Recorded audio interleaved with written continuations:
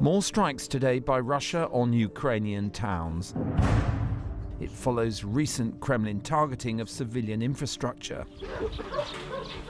American officials have called that a war crime, and it's just part of a panoply of acts that are now being investigated with the idea of prosecuting those responsible. There's been a lot of discussion around war crimes in particular, and some around crimes against humanity and even genocide.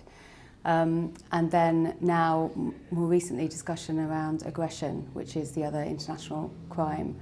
And there are different ways, different fora for prosecution. There's been a lot of attention on the International Criminal Court, which is investigating war crimes and crimes against humanity.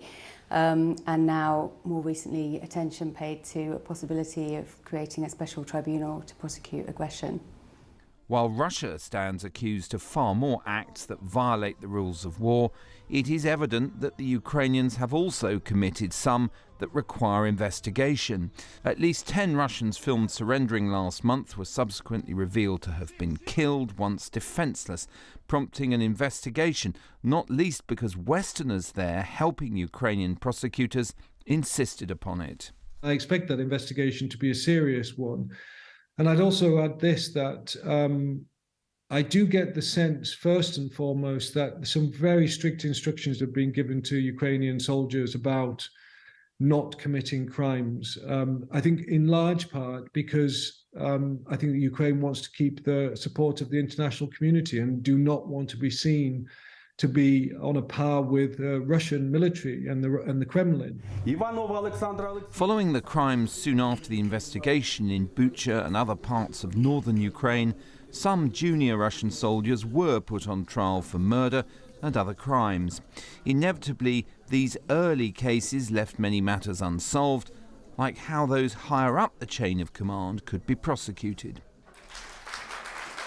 Last week, Olga Zelenska, wife of the Ukrainian leader, came to Westminster to open an exhibition cataloguing the human cost of the war and to lobby for precisely that, an international tribunal able to charge those in the Kremlin with plotting an aggressive war. I would like to address you, Britain, and you, ladies and gentlemen, with a request. We need to unite the world community, just as in 1942, to support a special tribunal against the aggression of Russia in Ukraine. The war crimes issue presents politicians with a tricky dilemma.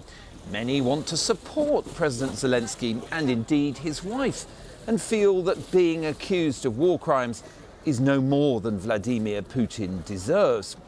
On the other hand, that might make a peace agreement even harder to achieve, prolong the conflict, and so cost many lives. I think what we're likely to see is that the ICC itself will bring charges against Putin within the next 6 months or so. So that problem is also going to arise at the ICC. And I guess what I would say is, well, what we're supposed to, on the basis of a speculative possibility that it's going to continue the conflict, we cannot proceed with any justice efforts. I'm not sure that's palatable or in any way a practical way forward, or else every dictator, every authoritarian, every perpetrator of crimes will benefit from that presumption that we shouldn't indict them, that we shouldn't take action because they may continue doing what they're doing. There are obstacles, though, although the Security Council permanent members, including the US, UK and France, are reluctant to back an international tribunal, levelling charges against Russian leaders, and the poor chances of getting them in the dock would suggest in absentia trials, which involve their own issues. I think certainly at the ICC there wouldn't be in absentia trials because they're ruled out in the statute. I think in the Ukrainian domestic jurisdiction there is potential to have trials in absentia, so that could be a possibility in terms of optics, I think, and the way it's perceived and the impact it could potentially have.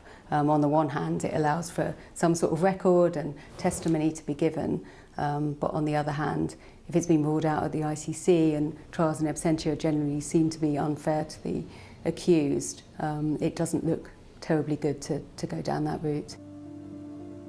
In a recently liberated corner of Kherson district, war crimes investigators today exhumed a man believed to have been murdered by the Russians.